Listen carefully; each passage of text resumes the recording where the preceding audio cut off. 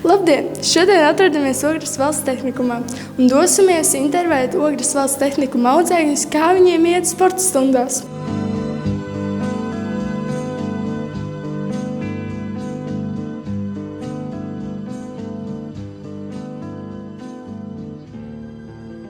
Vai tu ikdienā nodarbojies ar sportu? Jā, nodarbojos ar sporta ikdienā.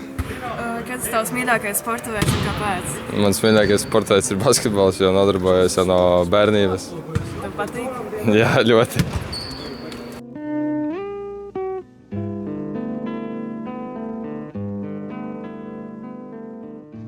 Es ikdienā nodarbojos ar sportu, bet kā redzam, ir cilvēki, kas nenodarbojas ar sportu, piemēram, datoriķi. Ja?